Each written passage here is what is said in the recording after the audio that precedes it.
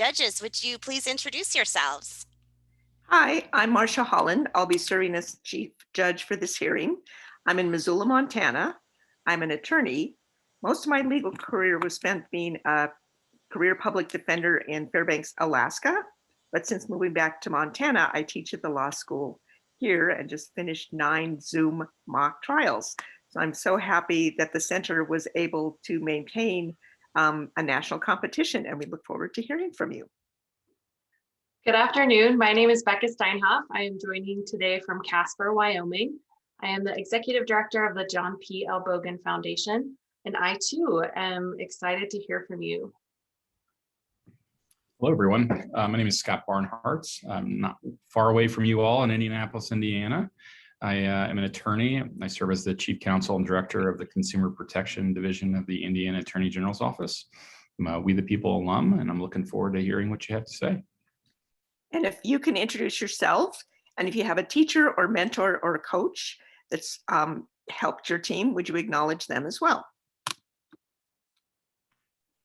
Hello, I'm Andrew Kidd. I'm Trinity Pingallo. I'm Priscilla Caballero.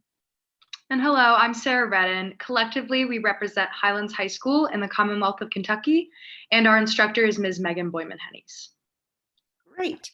And so it is Unit 6, Question 2, no surprise. President Dwight D. Eisenhower said, "We must guard against the acquisition of unwarranted influence by the military-industrial complex. The potential for the disastrous rise of misplaced power exists and will persist. Do you agree or disagree, and why? What disagreements did the founders have about a standing army, and are they relevant today? To what extent should there be an international U.S. military presence?" And you may begin. Thank you. President Eisenhower described the military-industrial complex, or the interdependent relationship between the country's military and defense industry, as dangerously powerful and a threat to the nation. We, as a panel, agree with him, as we believe war should not be a profitable industry for private corporations. Concerns regarding the nation's defense are not exclusive to Eisenhower's presidency. The founders had varying opinions on the concept of a standing army as well. For example, James Madison argued that the means of defense against foreign danger have been always the instruments of tyranny at home. Similarly, Samuel Adams stated that the power of a standing army should be watched with a jealous eye. On the other hand, Alexander Hamilton discussed the need for a standing army in Federalist 24. In the Constitution, the founders delegated powers to Congress, such as the declaration of war and oversight of defense budget in Article 1, Section 8 to avoid tyranny. However, in Article 2, Section 2, the founders appointed the president the commander-in-chief of the military, allowing them to maintain ultimate power in case of emergency. Eisenhower recognized the issue with Congress that stood before him, as it is believed that as he was drafting his famous farewell address, he wished to say military-industrial congressional complex. He wanted to condemn Congress for the role it played in furthering the growth of the military industry. However, Eisenhower eventually omitted the mention to avoid backlash. In truth, Eisenhower's mention of the military-industrial complex gave Congress and following administrations a cover-up of sorts to warp the market in their favor, like when the Bush administration increased spending on contracting. Over time, the U.S.'s military and corresponding entities have modernized, advanced, and become more complicated. The military-industrial complex Eisenhower knew in his presidency was influenced by both the Korean and Vietnam Wars. However, following the conclusion of the Cold War and the September 11th attacks, the government began relying on contractors to quickly create a military presence in the Middle East. As stated by the Code of Federal Regulations, a contractor is any legal, non-federal entity that enters into a contract directly with the Department of Defense to furnish services or construction. The most prevalent influence the military-industrial complex has had in foreign affairs is America's involvement in the Middle East. With 9/11 being the most significant domestic attack decades later, the Middle East represents a far less prominent threat to national security. About 50% of all troops in the Middle East are private contractors. As the dependency on contractors increases, so is the influence of the corporations backing them. For example, in the fiscal year 2020, the Department of Defense partnered with 4,164 private security contractors in Afghanistan. Now, with a corporate foothold in the Middle East, the military-industrial complex is fulfilling the warning of Eisenhower. The U.S. military presence has a trend of irresponsibility. For example, when a U.S. nuclear test irradiated a Japanese fishing boat, resulting in crew members dying, the U.S. ambassador to Japan called those who spoke out professional anti-Americans. Japan had the blame pushed on them while the U.S. continued to test nuclear weapons and chemicals. The U.S. must have some military presence, as certain national security measures must be taken. However, presence in the form of bases must be respectful to the countries that they inhabit, to civilians, and to the environment. We must acknowledge and respect the founders' concerns and limit our standing army to prevent tyranny and corruption. Limiting the military's industrial complex powers would minimize issues associated with the military, such as prolonged war for profit, excessive presence, and unethical business. Though actions have been made, such as the Truth in Negotiations Act, which led to the conception of a government oversight system that is still in practice today, there is still a ways to go to prevent the continuous overreach of power seen by the military-industrial congressional complex, as Eisenhower desired to put it. Thank you, and we are now ready for your questions. Thank you. Thank you. You noted in your remarks that war should not be profitable. Do you think the government is prepared to take on the role that the private sector now plays in this military complex? I believe so long as that we're not in the middle of conflict, it would be fairly easy for our government to be able to continue manufacturing these different weapons and such that we are outsourcing right now. But definitely we've seen in the past where during like times of conflict during like World War II where we've had to outsource that. To go along with what my colleague said, I believe too that it would definitely take a total kind of like dismantling of the system that we have in place in order to have the government be the sole contributor to the military, and that we would kind of have to reverse those contracts we have in place. And I think in peacetime, necessarily, we don't need to be in these contracts. However, in wartime, I believe that contracts could be put in place, but I don't think they're a peacetime necessity. Thank you. So should we, I guess I'm trying to understand your position. Should we prohibit use of contractors or should we limit them? Is that what you're trying to say? I feel that we should limit the amount of contractors that we use, especially in times of war where accountability isn't necessarily America's number one stance. Like we see with what is now not Blackwater, they changed their name, but they did have an incident. It was a shooting in Iraq or Iran, and the accountability wasn't taken. They were not punished for their actions, and I feel that we just need to limit all contractors until we get that accountability. Thanks. So let me ask this. War how a war looks keeps changing. You know, what World War I looked like versus World War II versus the Korean War and Vietnam War. And right now, the attacks on the United States are really more digital, like cyber attacks, than they are boots on the ground kind of attacks. Do you think our current military makeup is capable of responding to this evolving face of war? In other words, are the people currently serving in the military capable of dealing with cyber attacks on the United States? Personally, I would have to disagree and say that they are not fitted. While we do have certain sectors of cybersecurity that the government is funding, I think that if you had more funding for security defense instead of influence in the Middle East and other countries where we as a panel believe that military presence should be limited, it could create a much safer environment for America and the world. Thank you. I'd have to agree with Andrew. I think that right now we don't have a lot of, like, we still have like the main military branches that we did back during World War I. I think we've added like a space one, but Definitely, we have been more focused on like physical interactions rather than digital, like you said. Thanks.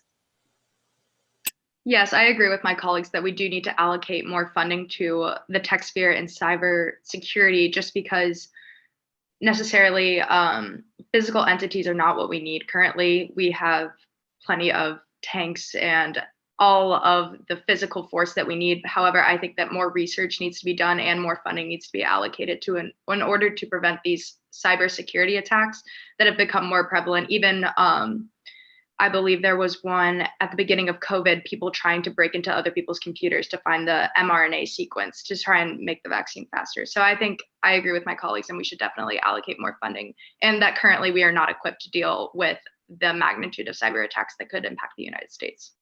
Thank you very much. You shared that you thought we should limit the size of the military.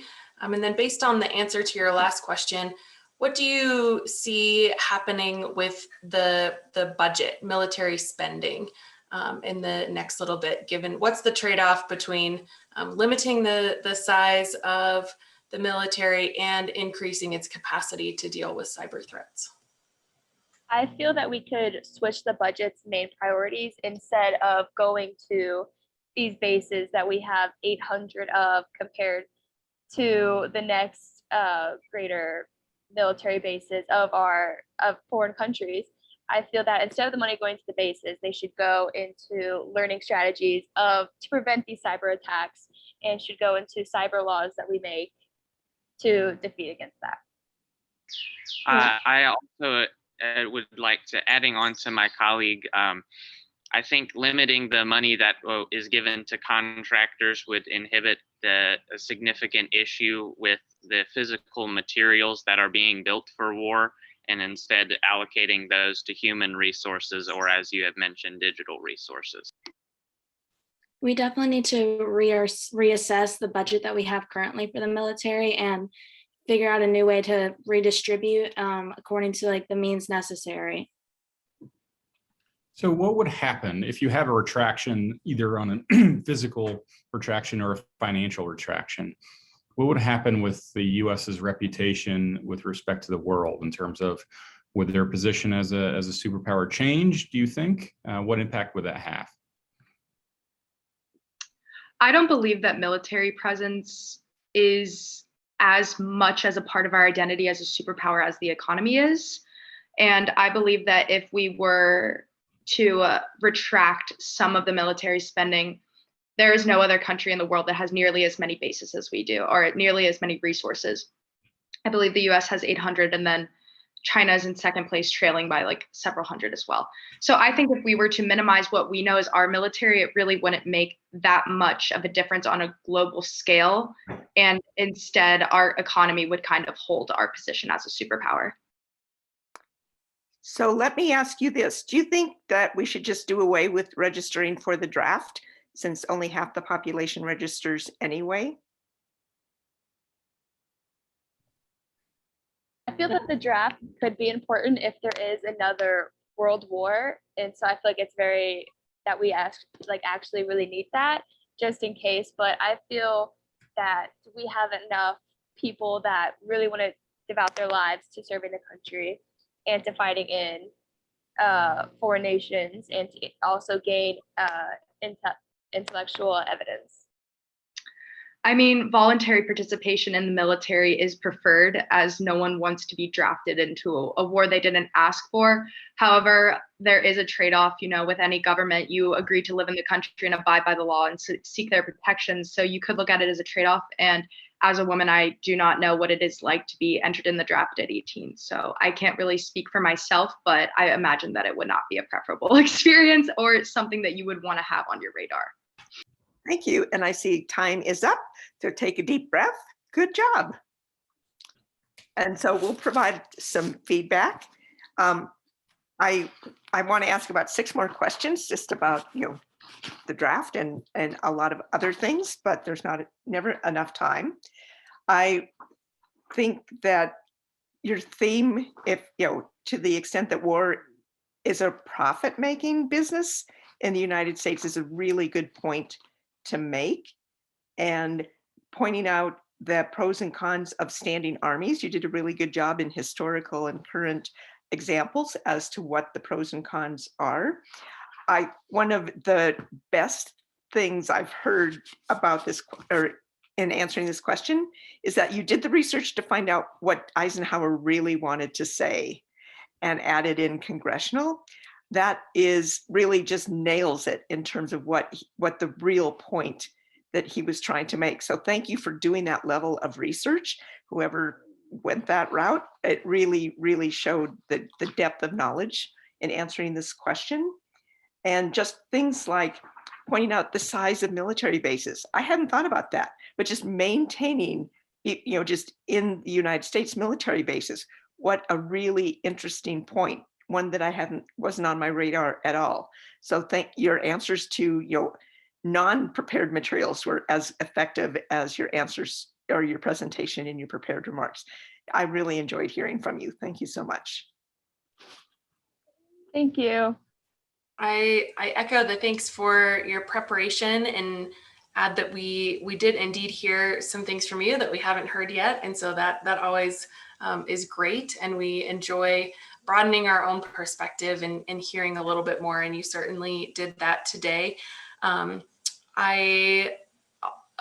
I have one thing to adjust, I actually really like the way that you kind of framed this idea that war shouldn't be profitable, and that you talked about the congressional component of the military industrial complex.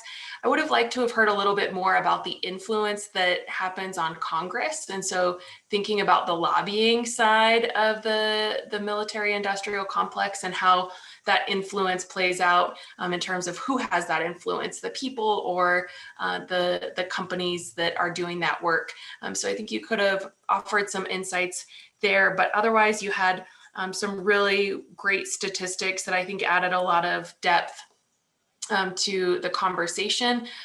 We could have heard probably some more examples in Q&A, but overall you had a really well-rounded perspective, and you started with that theme and carried that throughout. And so we really like to see that level of coherence that begins and then continues. So thanks for that. You clearly did your research and were very thoughtful. I too could spend much more time than we have hearing from you. So thank you very much for your preparation and your time. Well done. Thank you. Yeah, I really appreciated your historical context. I agree with Marcia in terms of really digging down into what he meant or what he wanted to say, actually, I think was really helpful for this discussion. And I also particularly appreciated your take on the identity of the U.S. as a superpower. And that's really an interesting idea in terms of, well, is it really that impactful on our reputation throughout the world? If I had some suggestions, I would say in terms of you might give a nod to the other side in terms of from a balance perspective. Now that we have the military that we're in, and these are economic engines, right? So you look at Florida in particular, and you have these bases, and they contribute to our current economy in a meaningful way, both from a job standpoint, directly from the military, and also from the contractors and the companies that service them. So there is an economic piece that it's difficult extracting that completely from this. So I'll give you that to think about that as you kind of address these questions moving forward. But very well done. Yeah, I'm very impressed. Thank you. Thank you.